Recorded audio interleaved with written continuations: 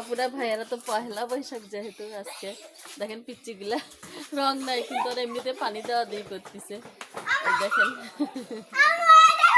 ইয়াল্লা সবগুলো রং নাই কিন্তু নিজেরাই পানি দিয়ে দিয়ে খেলতেছে আপুরা ভাইয়ারা কি করবে রং তো নাই রং পাওয়া যাচ্ছে না আমাদের সময় আমরা খুবই রং খেলতাম মানে আসলে অনেকে বলে হিন্দুরা রং খেলে ঠিক আছে হিন্দুরা ওনারা হচ্ছে হোলি খেলে কিন্তু পহেলা বৈশাখ হচ্ছে সবার জন্য মনে করেন যে আমরা খুবই মজা করতাম। হ্যাঁ দেশি বিস্কিট আপনারা ভাইরা দেখেন এরা একে একে পানি আর হচ্ছে নীল নিয়ে কি একটা ধপ্পাস হয়ে গেল দেখেন মানে এইরকম মজা করতেছে। আর ওই যে ওই সাইডে দেখেন ওই ছেলেদের গ্রুপ আলাদা মেয়েদের গ্রুপ আলাদা এরা এইভাবে মজা করতেছে। একটা সময় আমরাও খুব মজা করছি রং খেলছি এখন আর ওই রঙও নাই আর ওই দিনও নাই সবাই এরা খুব মজা করতেছে। আর হলো তারপরে ভাইরা ওরা তো ওখানে মজা করতেছে মুরব্বি তো খালি নামার জন্য অস্থির হয়ে গেছে ওদের সাথে মজা করবে।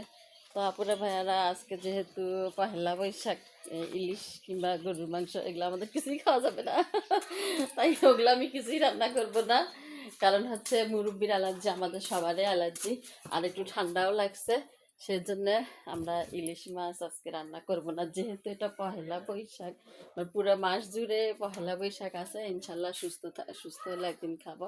তো আজকে আমি বাচ্চাদের পছন্দের মুরগির রোস্ট বানাবো আর পোলাও বানাবো। আর দেখেন বাবু কেমন করতেছে দেখছেন আসলে কি পুরো ভাইয়েরা আমরা কিন্তু আগে খুবই মজা করছি এখন আসলে সেভাবে মজা করা হয় না সেরকম রঙও পাওয়া যায় না। তো যাই হোক চলেন তাড়াতাড়ি করিয়ে মুরগির রোস্টটা করে ফেলি আর পোলাওটা রান্না করে ফেলি। পোলাওটা বসাই দেবো সেজন্য হাঁড়িতে তেলের সাথে তেজপাতা দারুচিনি এলাচ এগুলো গরম করে নিচ্ছি পেঁয়াজ দেবো না।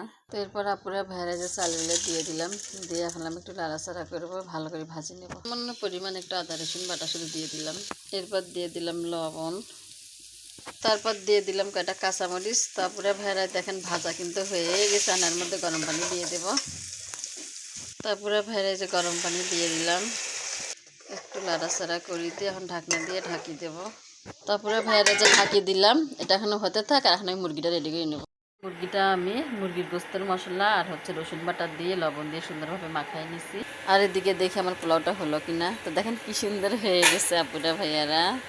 তারপরে ভাইয়ারা দেখেন আমার পোলাওটা কিন্তু হয়ে গেছে। তো এখন আমি এটা নামাই রাখিয়ে মুরগিটা বসাই দিব। তো পোলাওটা হয়ে গেল আর এদিকে চুলায় তাওয়া বসাই দিয়ে মুরগিগুলো ভাজতে দিয়ে দিচ্ছি একে একে 4টা রান্না দিয়ে দিলাম। পুরো ভাইয়ারা দেখেন আমার আনচারটা ভাজা হয়ে গেল এরপর আমি বাকিগুলো ভাজতে দিয়ে দিলাম। ভাইয়ারা বাকিগুলো আমার ভাজা হয়ে গেল। তো মুরগিগুলো ভাজার পরে এরপর আমি হাঁড়ি বসাইতে এখানে সব রকম মশলা আদা বাটা জিরা বাটা কাঁচামরিচ বাটা ধনিয়া বাটা দারুচিনি এলাচ যা আছে সব কিছু সুন্দরভাবে বাটি নিয়ে কষাই নিচ্ছি। তারপরে ভাইরা সামান্য একটু পানি দিয়ে দিলাম কিন্তু এটা ঝাল এবং মিষ্টি দুটা মিলে রোস্টটা।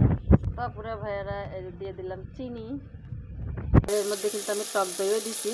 তো এখন আমি চিনি দিয়ে ভালোভাবে দেখেন সুন্দরভাবে কষাই নিলাম। তারপরে ভাইরা যখন মুরগিগুলো সব ঢালি দিলাম তারপরে ভাইরা দেখেন একে একে সবগুলো মুরগি দিয়ে এখন সুন্দরভাবে কষাই নেব। তারপরে ভাইরা দেখেন কি সুন্দর কষে গেছে কাটা কাঁচামরিচ দিয়ে দিলাম আর ওদিকে মুরব্বি সেই কান্নাকাটি শুরু করে তো দিয়ে দিলাম গরম পানি। এখন মুরব্বিকে যায় করে নেব ছোটো বাচ্চা নিয়ে কাজ করা খুবই কষ্টের। তারপরে ভাইয়ারা যে ঢাকনা দিয়ে ঢাকি দিলাম 10 মিনিট চাল হোক। ভাইয়ারা দেখি আমার রোস্টের কি অবস্থা। তো দেখেন কি সুন্দর আমার রোস্টটা হয়ে গেছে। আমি একটু ঝোল বেশি করে রাখছি কারণ ছেলেমেয়েরা আমার রোস্টের ঝোলটাই বেশি পছন্দ করে। তো শুভ নববর্ষ সবাই ভালো থাকবেন সুস্থ থাকবেন আজকের মতো এই পর্যন্তই আল্লাহ হাফেজ।